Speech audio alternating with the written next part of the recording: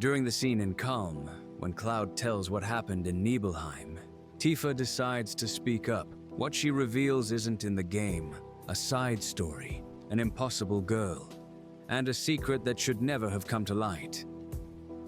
The rain falls softly on the rooftops of Kalm. At the inn, shadows dance on the walls as the group remains silent, still digesting Cloud's story. But someone else is keeping a secret, something they never told, and they can't keep it to themselves any longer. I didn't mean to interrupt you, Cloud. Your version, that was all I remembered, and also what I didn't. But there was something that didn't add up, something I kept quiet. I hid it because I thought it was a dream or a hallucination caused by the trauma. But every night I remember it more clearly. The night the village burned, when I ran home and found everything engulfed in smoke, I heard something, a melody. It couldn't have come from anywhere, and yet I recognized it instantly. It was a song my father used to hum when I was a child, a soft, incomplete tune. I followed the sound. It didn't make sense, but I did. The melody came from the bell tower in the square, the one that had fallen in the first attack. There, among the remains of stone and metal, she was. A little girl, sitting, barefoot, lit by the fire, but unharmed. Her hair was like mine, her clothes torn, but familiar. She looked at me as if she'd known me forever. "Are you okay?" I asked. "My name is Tifa," she said, smiling. I froze. I asked her parents' names, if she lived there, if she needed help. She didn't answer. She just kept singing. "Where are your parents?" I insisted. And she, "I don't have any. You are me." That's when her expression changed. She stood up and looked at me with immense sadness. She said, "Someone has forgotten us, and someone has erased us."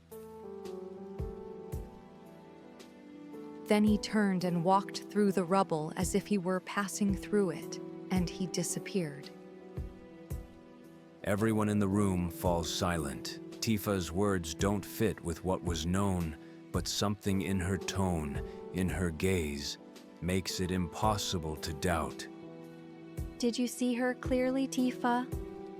"The way I'm seeing you now, and it wasn't an illusion." Do you think it had something to do with the reactor?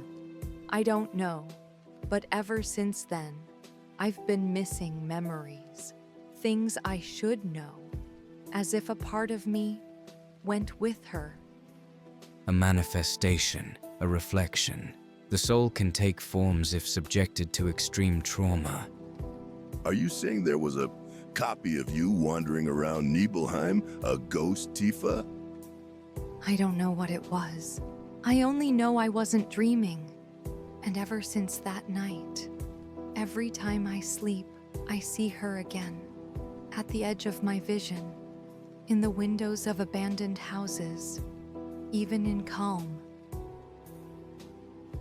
I saw her 2 nights ago across the bridge, and she said the same thing she did then. Someone has forgotten us. What if it wasn't just the fire? What if something else happened in Nibelheim?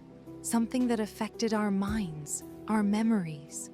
What if not everything we remember is true? The entire room tenses like a rope about to snap. Tifa has jumped up, staring at the rain-fogged window. Everyone turns their heads, following her gaze. Outside, a small figure stands in the rain. It doesn't move, it doesn't tremble. It's just there, the silhouette of a girl, motionless, silent. It's her. Same look, same posture. It's been years and nothing's changed. What the hell is going on? Can she see us? Number, but she knows we're watching her. Barrett abruptly stands up and goes to the door. I'm going to get her out of there and find out what... No! Everyone is staring at her. The tone of her voice leaves no room for discussion. If you go out, she'll disappear. She did it in Nibelheim. She'll do it now. The girl's figure takes a step back, a second. Then, as if absorbed by the rain itself, she vanishes. The tension subsides, but not the anxiety. Tifa sits back down. She takes a deep breath. Her face is white. Her hands tremble slightly. After Nibelheim, I searched for records. At Shinra, in the Junon archives, even in old census records, there was no girl with my face, no missing Tifa, no explanation. But I found something. In the original plans for the Nibelheim reactor, a room that shouldn't exist. An underground floor beneath the observation pod. Sealed. Marked, "Do not enter. Genesis Protocol C." My father worked at Shinra as an assistant engineer. I know he often entered the reactor, though he never spoke about it. After the fire, her body was the only one I didn't find. Not among the wreckage, not in the graveyard. And now I'm starting to think.